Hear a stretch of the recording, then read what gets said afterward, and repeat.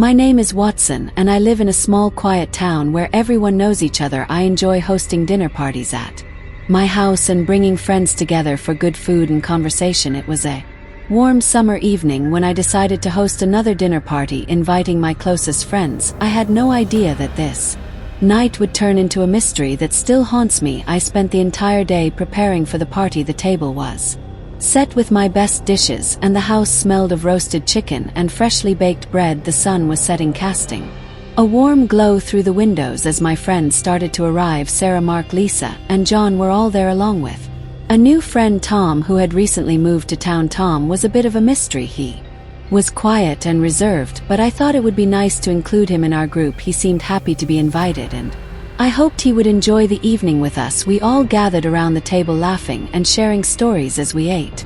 The dinner went smoothly, with everyone enjoying the food and each other's company. After dessert, we moved to the living room to continue our conversations. Tom was unusually quiet, but I didn't think much of it at the time. Maybe he was just shy, or perhaps he didn't feel comfortable yet. As the evening progressed, Tom's mood seemed to shift. He became tense and irritable, barely speaking and avoiding eye contact. I noticed, but didn't want to make him feel uncomfortable by asking in front of everyone. Eventually he stood up, abruptly muttering something about needing to leave. Before I could say anything, he was out the door, slamming it behind him. We all sat in stunned silence, unsure of what had just happened. After a few moments, we tried to brush it off and continued the evening. Though the mood had shifted, the night eventually came to an end, and my friends said their goodbyes, still puzzled by Tom's sudden departure. The next day, I couldn't shake the feeling that something was wrong. I decided to check on Tom, hoping to find out what had upset him. I went to his house, but there was no answer. When I knocked, his car was in the driveway, but it seemed as if no one was home. I left, thinking he might just need some space. A few days passed, and I still hadn't heard from Tom. I reached out to my friends, but no one had seen or heard from him either. Concerned, I decided to call the police and report him missing. They took my statement and assured me they would look into it. Weeks turned into months, and there was still no sign of Tom. The police had searched his house, talked to neighbors, and followed every lead, but it was as if he had vanished into thin air. My friends and I were left with more questions than answers. One evening, I found myself going through the events of that night over and over in my mind. What had caused Tom to leave so suddenly? I couldn't help but feel responsible, wondering if I had missed some sign or if there was something I could have done to prevent it. Determined to find some answers, I started looking into Tom's past. I learned that he had moved to our town after a difficult breakup and was looking for a fresh start. He didn't have many friends, and his family lived far away. The more I learned, the more I realized how little I knew about him. One night, while I was alone in my house, I heard a noise outside. It was a faint rustling, like someone was moving through the bushes. My heart raced as I peered out the window, but I couldn't see anything in the darkness. The noise stopped, and I tried to convince myself it was just an animal. The following nights, the noises continued: footsteps, whispers, and the feeling of being watched. I couldn't shake the feeling that someone or something was out there. My sleep was disturbed, and I felt on edge all the time. One evening, I found an old journal in Tom's house that the police had overlooked. It was filled with his thoughts and feelings, revealing a troubled mind. He wrote about feeling out of place, not just in our town but in life. The entries grew darker, filled with paranoia and fear. The last entry was dated the night of the dinner party. It read, "I can't escape it. It's always watching, always waiting. I need to leave before it's too late." Reading those words sent a chill down my spine. What had Tom been so afraid of? I shared the journal with the police, but it didn't provide any concrete answers. They continued their investigation, but the trail had gone cold. As time passed, the memory of that night faded for everyone except me. I couldn't let it go. Haunted by the unknown, I often found myself staring out into the darkness, listening for those faint noises, wondering if Tom was out there somewhere, lost and scared. My friends tried to comfort me, but the mystery remained unsolved. Tom was gone, and we might never know what happened to him. The dinner party that had ended happily for the rest of us had left a shadow over my life, a reminder that sometimes the most ordinary moments can turn into the most inexplicable mysteries. In the quiet moments when I'm alone with my thoughts, I still think of Tom in that fateful night. The unanswered questions linger, a ghost that refuses to be laid to rest, and so I continue to search for answers, hoping that one day the mystery will be solved and Tom's story will finally have an ending. My son. A few years ago, my son Alex was brought home late one night by his friend James. Alex was 20 at the time and had been out with friends. I was already in bed when I heard the front door open. I quickly got up to check what was happening. I saw James struggling to hold Alex up. As I reached the living room, Alex was very drunk, barely able to stand on his own.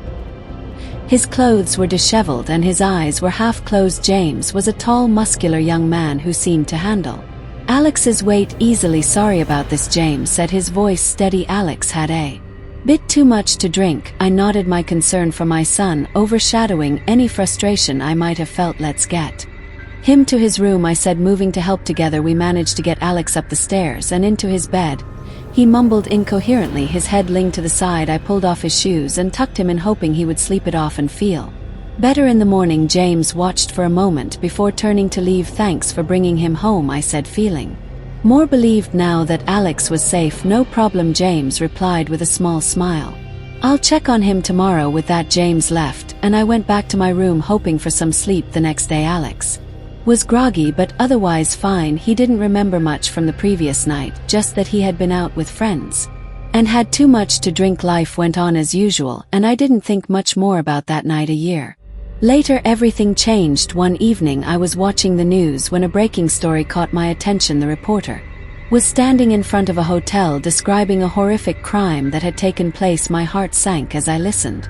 A young man was found dead in his hotel room earlier today, the reporter said. The victim, whose name has not been released, was reportedly checked into the hotel by a friend the previous night. Police are now searching for the friend who is considered a suspect. I felt a chill run down my spine. Something about the story seemed disturbingly familiar. I watched, horrified, as the reporter continued. According to witnesses, the suspect was seen leaving the hotel early this morning. The police have released this sketch of the suspect. The screen showed a drawing of a man who looked eerily like James. My heart pounded in my chest as I tried to process what I was seeing. Could it be him? The thought was almost too much to bear. I immediately called Alex. He answered on the third ring, his voice sleepy. Alex, turn on the news, I said urgently. There's something you need to see. A few minutes later, he called back, his voice now fully awake and filled with shock. What do we do? I don't know, I replied, my mind racing. We need to call the police. We did just that, and soon detectives were at our house asking questions about James. Alex told them everything he knew about the night James brought him home drunk and how they had been friends for years. The detectives took notes, their faces serious. Days turned into weeks as the search for James continued. The story was all over the news and everyone in our small town was talking about it. The more I learned, the more horrified I became. James had not only gotten his friend drunk, but had also checked them into the hotel only to kill them and escape. The brutality of the crime was unimaginable. Alex was deeply affected by the news.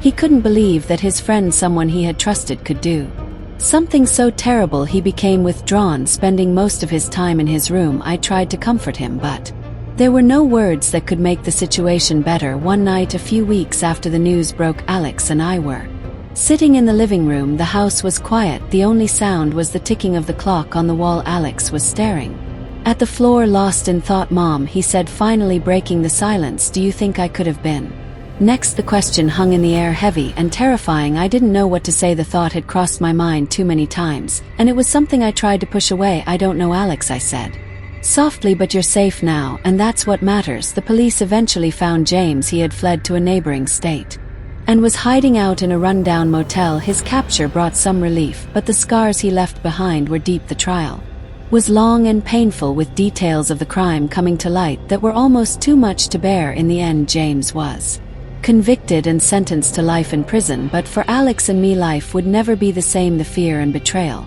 we felt lingered, casting a shadow over our days. Alex struggled to move on, haunted by the knowledge that someone he had considered a friend was capable of such evil. Years have passed since then, but the memories remain. Alex has tried to rebuild his life, but there are moments when I see the pain in his eyes. A reminder of the nightmare we lived through. The experience taught us both a hard lesson about trust and the darkness that can hide within people we think we know. We still talk about that night. Sometimes the night James brought Alex home, it serves as a stark reminder of how close we came to losing everything. And though we've tried to move forward, the shadows of that time are never far behind before we get into the next story. If you come for the first time, please make sure to subscribe to our channel and press the bell icon for upcoming scary stories. We need your support. Please share these stories with your friends and family. Thanks. The Abandoned House.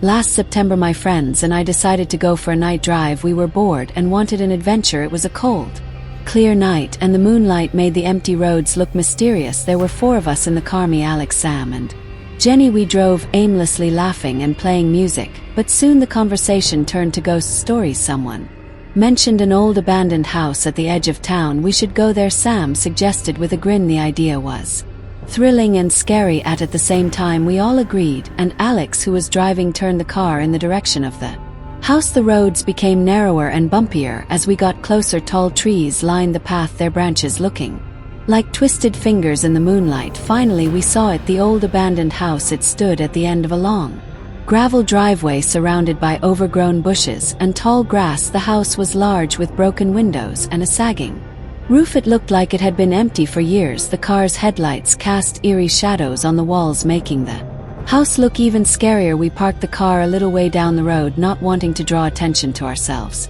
As we walked towards the house, the air felt colder, and I could hear the sound of our footsteps crunching on the gravel. My heart was beating fast, and I could tell my friends were nervous too. We reached the front door, which was hanging off its hinges. Alex pushed it open with a creak, and we stepped inside. The air inside was musty and stale. The moonlight filtered through the broken windows, casting long shadows on the dusty floor. The house was silent except for the occasional creak of the old wooden floorboards. We split up to explore. Jenny and I went upstairs while Alex and Sam stayed on the ground floor. The stairs groaned under our weight as we climbed. Each step echoed through the empty house. Upstairs we found old furniture covered in white sheets, broken picture frames, and cobwebs in every corner. It felt like the house was holding its breath, waiting for something to happen. Jenny and I moved from room to room, our flashlights cutting through the darkness. In one of the rooms I found an old diary on a dusty table. I picked it up and opened it, but the pages were too faded to read. Suddenly we heard a loud crash from downstairs. My heart jumped into my throat. Alex, Sam, Jenny called out, but there was no answer. We hurried back down the stairs. The living room was empty, but the front door was now closed. We hadn't heard it shut. A sense of dread washed over me. Something wasn't right. Let's find them and get out of here, I said, my voice shaking. We moved through the house, checking each room. The kitchen was empty, and so was the dining room. As we entered the last room, a small storage space at the back of the house, we found Alex and Sam. They were standing still, staring at something on the floor. I followed their gaze and saw what they were looking at. A trapo. Did you open it? I asked. Sam shook his head. It was already open when we got here. A cold draft came up from the trapo, sending shivers down my spine.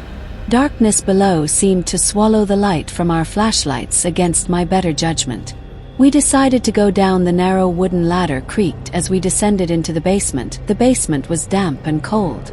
The walls were lined with shelves full of dusty jars and old tools. In the corner there was a small flickering light. We cautiously approached it and found an old lantern hanging from a nail in the wall. It cast a dim glow, barely illuminating the room. Suddenly we heard footsteps above us. Someone else was in the house. My heart pounded in my chest. We turned off our flashlights and stood still, listening. The footsteps grew louder, coming closer to the trapo. We held our breath, hoping whoever it was would leave, but the footsteps stopped right above us. Then slowly the trap door began to creak open. A figure appeared at the top of the ladder sill, silhouetted against the dim light from the living room. It was a man, tall and thin, with wild hair and eyes that seemed to glow in the dark. He climbed down the ladder, and we backed away, trying to stay out of his sight. The man moved slowly, methodically, as if he was searching for something. He muttered to himself words we couldn't understand. I could feel my friends trembling beside me. We needed to get out of there, but the only way was past the man. Suddenly the man stopped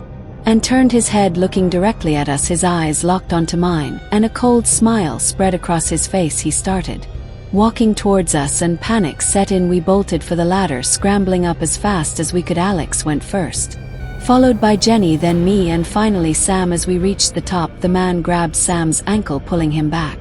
Down Sam kicked and struggled, and we all grabbed him, pulling him with all our strength. Sam managed to break free, and we slammed the trap door shut, locking it with a rusty bolt. We didn't stop to catch our breath. We ran out of the house, through the front door and back to the car. We jumped in, and Alex started the engine. The tires screeched as we sped away, not looking back. As we drove away, the house disappeared into the darkness behind us. We didn't speak, too shaken by what had just happened. The thrill of the night drive had turned into a nightmare. We had found our adventure, but it was one we would never want to repeat. From that night on, we never spoke of the abandoned house again. The memory of the man and his eerie smile haunted me for weeks. Even now, when I drive past the edge of town, I feel a chill and speed up, not wanting to be reminded of that terrifying The Old Man.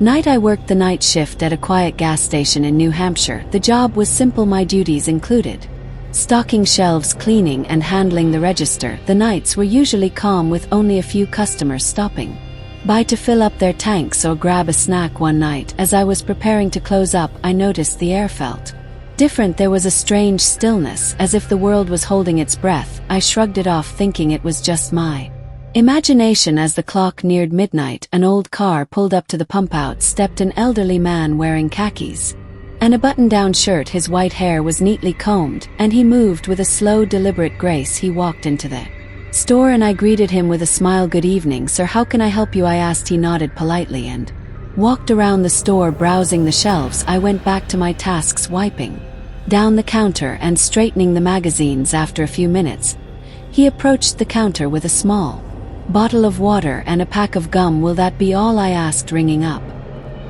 his items. He nodded again, his eyes fixed on mine. Something was unsettling about his gaze, but I couldn't quite put my finger on it. As I handed him his change, he reached out and gripped my wrist. His touch was cold, and I felt a shiver run through me. "Hell is a real place," he said in a low, growly voice, "and the devil has already got his hand on you, girl. Be careful." I froze, staring at him in shock. His words hung in the air, heavy and foreboding. He released my wrist, took his items, and walked out of the store.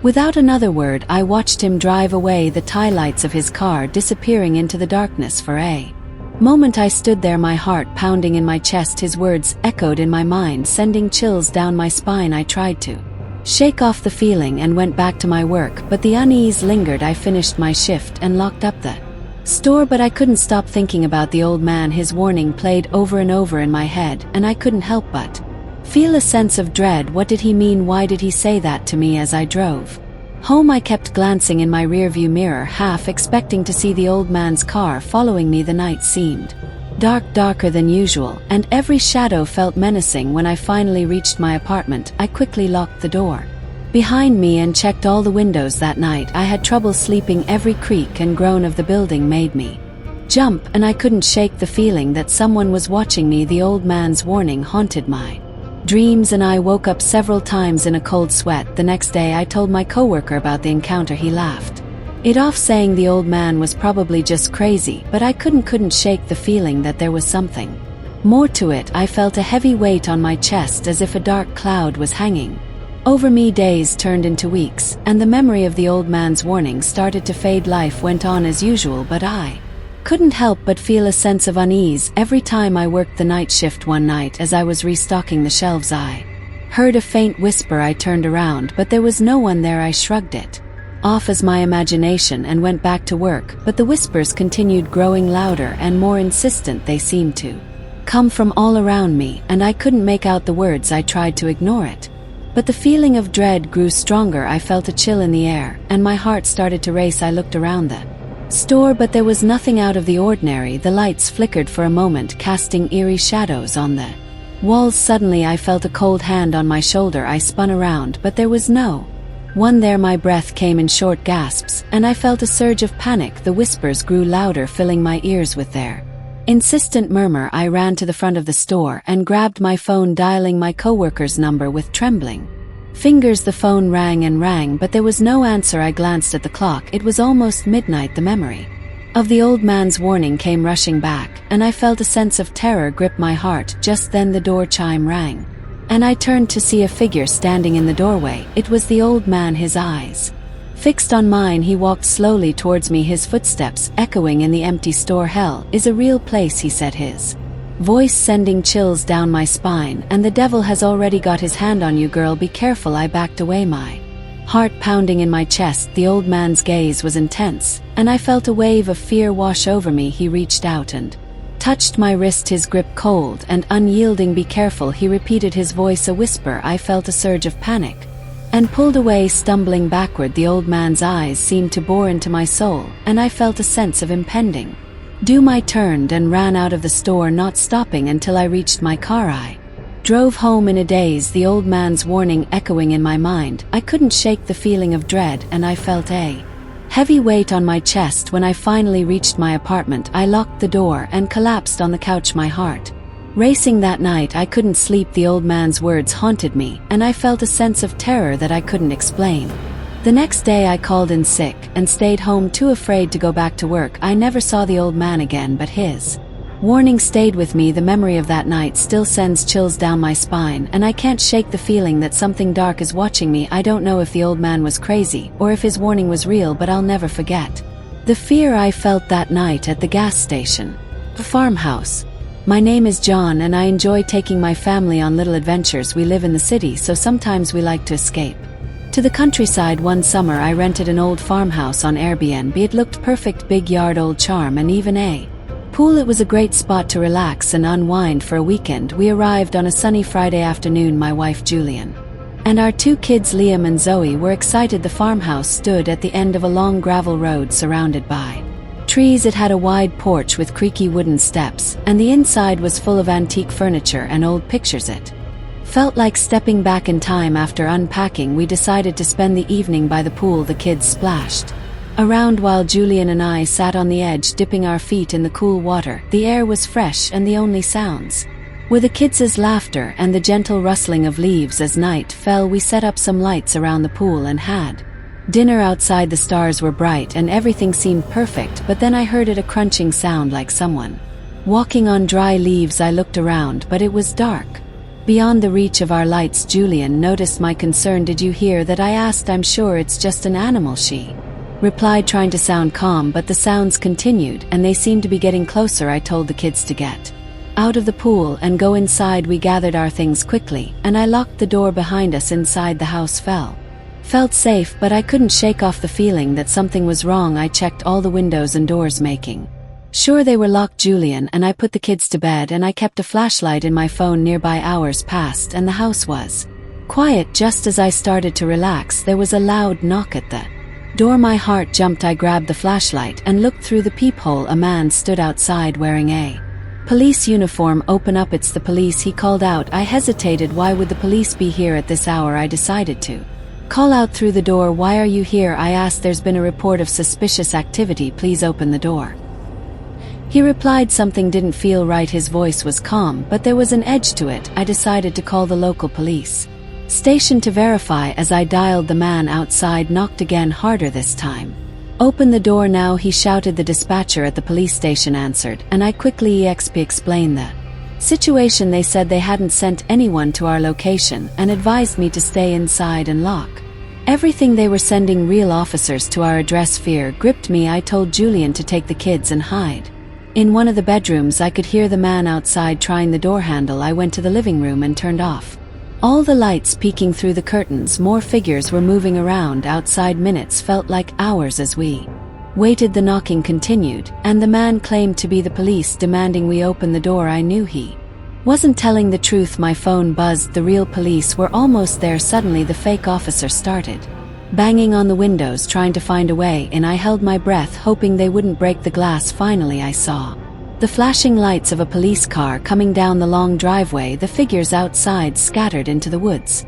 Real police officers arrived and checked the area. They found no sign of the imposters. They assured us we were safe, but suggested we find another place to stay for the night. They said it wasn't common, but sometimes people posed as officers to gain entry to homes. Their intentions were unknown, but it was clear they meant no good. We packed our bags and left the farmhouse, heading to a nearby hotel. The kids were scared but safe. Julian and I were shaken but relieved as we drove away. I couldn't stop thinking about what could have happened if we had opened the door. It was a frightening experience that reminded me to always trust my instincts and verify before letting anyone in. We Never found out who the fake police were or what they wanted, but we were thankful for the real officers who arrived just in time. That night changed the way I think about safety, and I'm more cautious now, especially when renting places in unfamiliar areas. Our little adventure turned into a night of terror, but we were lucky to come out of it unharmed. It was a lesson learned, and from then on I made sure to always double-check everything and stay alert no matter how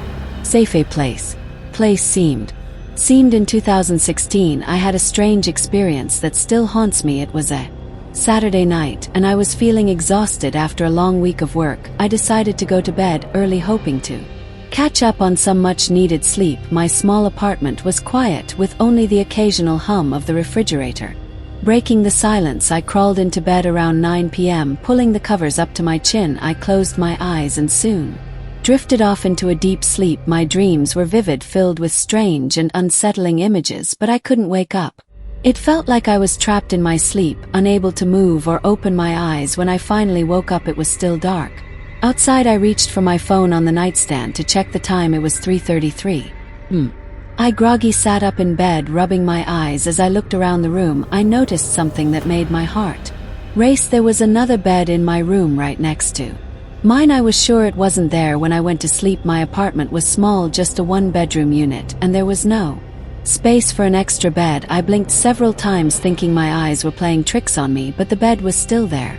It was identical to mine, with white sheets and a dark wooden frame, but what terrified me was the figure lying in the bed. Someone was under the white sheet, completely still. The sheet was pulled up over their head, so I couldn't see their face. I felt a cold sweat break out on my forehead as I stared at the figure. Who could it be? No one else had keys to my apartment, and I hadn't invited anyone over. I wanted to scream, but my voice seemed stuck in my throat. My mind raced as I tried to think of what to do. Should I call the police? I quietly got out of bed, trying to make as little noise as possible. My heart pounded in my chest as I tiptoed to the door. I reached for the light switch, but my hand trembled so much that I missed it the first time. When I finally turned on the light, the figure didn't move. The room was now brightly lit, and I could see the sheet. It looked old and worn, with small stains on it. I took a deep breath, trying to steady myself. I slowly walked over to the bed, my eyes never leaving the figure. As I got closer, I could see that the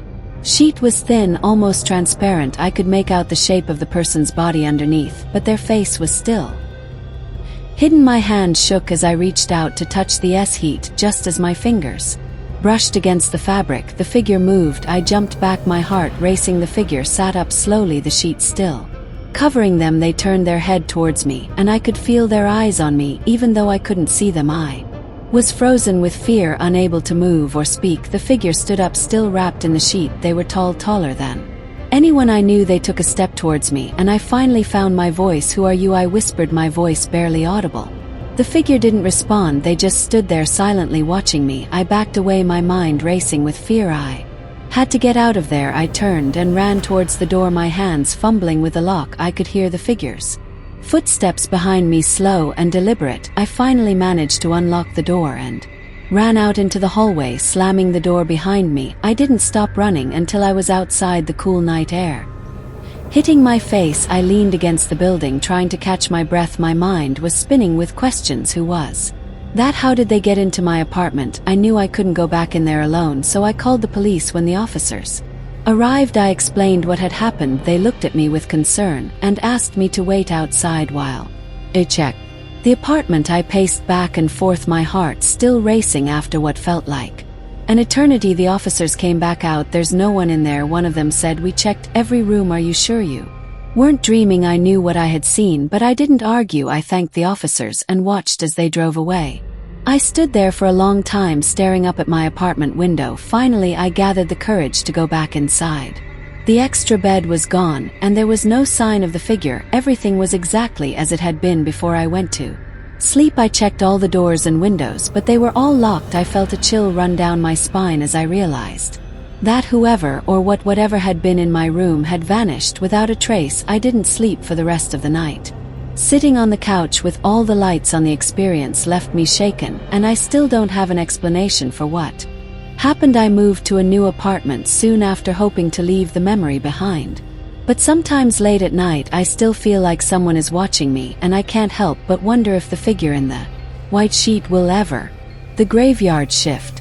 Return. I was working the graveyard shift at the gas station. The night was quiet.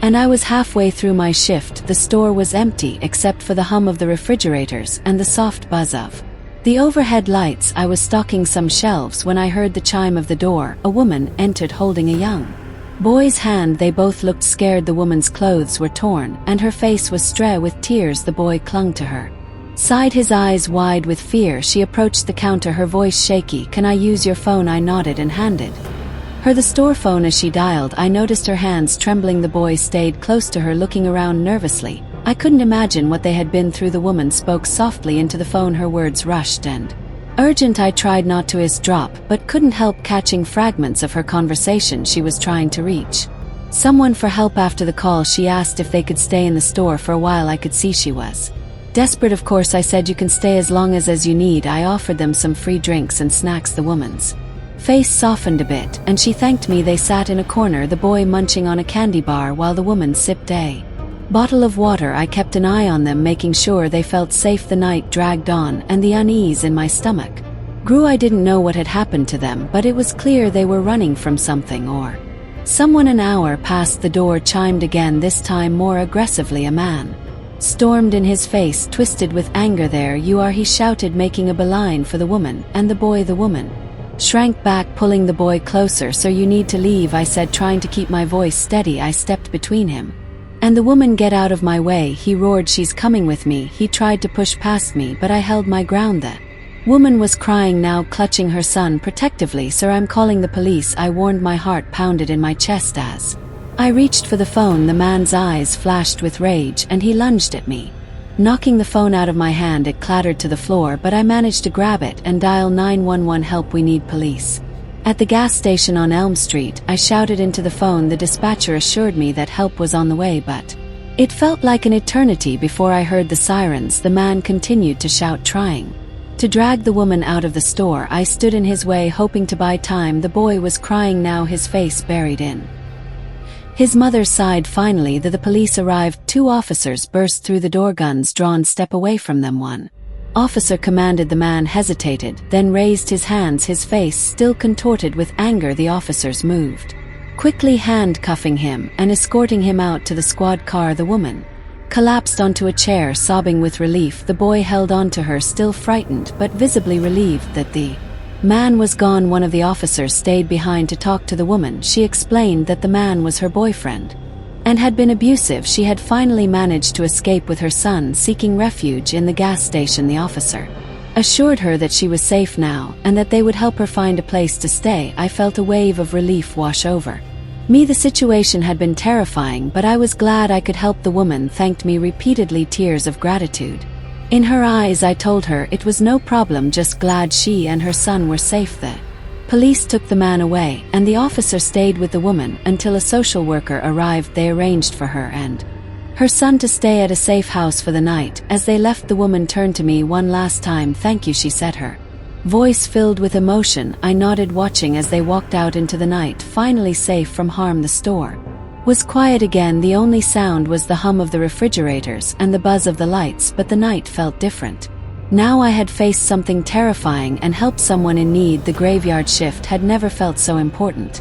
And important. As the hours passed and the morning light began to filter through the windows, I couldn't stop thinking about the woman and her son. I hoped they would find peace and safety in their new life, and I hoped that in some small way I had made a difference. The memory of that night stayed with me, a reminder of the strength it takes to stand up to fear and the power of kindness in the face of abandoned school darkness. When I was young, I had a passion for exploring abandoned places. The mystery of old, empty buildings always called to me. The idea that these places once buzzed with life but now stood silent fascinated me. I loved the thrill of stepping into the past, seeing the decay of what was once new, and feeling the history that lingered in the air. A few years ago, my friends and I decided to explore an abandoned school in our town. The building had been empty for years, and many stories surrounded it. People said it was haunted, and we wanted to see for ourselves if it was true. It was a night perfect for our adventure. We met up at my house and packed flashlights, snacks, and our phones. There were 4 of us, me, Tom, Lisa, and Sarah. We were all excited and a little scared. As we walked to the school, we talked about the stories we had heard. Some people said they heard strange noises inside. Others claimed to see shadows moving in the windows at night. When we reached the school, it looked even creepier than we imagined. The windows were broken, and the doors were boarded up. Vines had grown over the walls, and the paint was peeling off. The place looked like it belonged in a horror movie. We found a way in through a broken window at the back of the building. One by one we climbed through, trying to be as quiet as possible. Once inside, we turned on our flashlights. The beams cut through the darkness, revealing dusty hallways and old lockers. The air was thick with the smell of mold and decay. We decided to stick together, not wanting to get lost in the maze of corridors. As we walked, our footsteps echoed loudly. Every sound seemed amplified in the empty building. The silence was heavy, almost oppressive. We started in the main hallway where the principal's office was. The door was ajar, and we pushed it open slowly. Inside, the room was a mess. Papers were scattered everywhere, and the desk was overturned. It looked like someone had left in a hurry. I shivered thinking about what could have caused such chaos. Next, we moved to the classrooms. Each one was filled with old desks and chairs, some broken and others covered in dust. Books were left open on the desks, their pages yellowed with age. It felt like the students had just left and never returned. In one classroom, we found a chalkboard with strange writing on it. The words were smeared and hard to read, but it looked like some kind of warning. Tom, always the brave one, laughed it off and said it was probably just kids playing a prank, but I couldn't shake the uneasy feeling it gave me. As we continued exploring, we heard a loud bang from somewhere in the building. We all froze, our hearts pounding. Did you hear that? Sarah whispered. We nodded, our eyes wide with fear. We decided to investigate, even though every instinct told me to leave. We followed the sound down a long dark hallway. The walls were lined with old photos of students and teachers, their faces smiling and happy. It felt eerie, like they were watching us. At the end of the hallway, we reached the gymnasium. The doors were closed, but we could hear strange noises coming from inside. With a deep breath, Tom pushed the doors open. The gym was huge, and our flashlights barely lit up the far corners. We stepped inside, the floor creaking beneath our feet. In the middle of the gym, we saw something that made our blood run cold. A figure stood there, dressed in old, tattered clothes. It was facing away from us, but we could see its shoulders rising and falling as if it were breathing heavily. We stood frozen, not knowing what to do. Suddenly, the figure turned around, and we saw its face. It was pale and gaunt with dark sunken eyes. It looked right at us and let out a chilling scream. We ran. I don't remember how we got out of the gym or the building. All I remember is the pure terror that drove us to flee. We didn't stop running until we were far away from the school, panting and out of breath. We never went back to that school. The experience haunted us for a long time. We couldn't explain what we saw that night, and we didn't want to try. Our passion for exploring abandoned places was gone, replaced by the fear of what we might find. That night taught us that some places are better left alone. The abandoned school still stands a silent reminder of the horrors that can lurk in the dark, and I for one am happy to leave it that way.